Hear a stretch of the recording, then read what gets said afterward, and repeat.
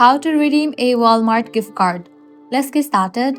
Launch your Walmart app, or also you can navigate to the Walmart account in the web version. For this video, I'm going to use the web version.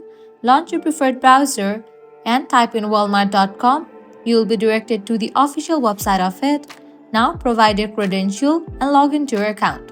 Once logged in, you will be directed to this page. Now click on the settings icon given at the top right corner.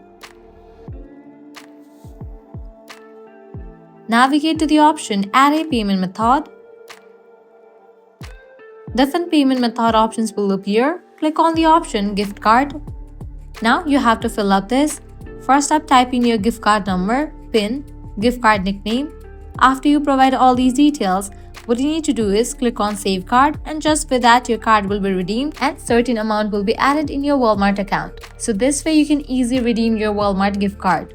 If this guide was helpful, do not forget to like, share and subscribe to our channel. Thanks for watching.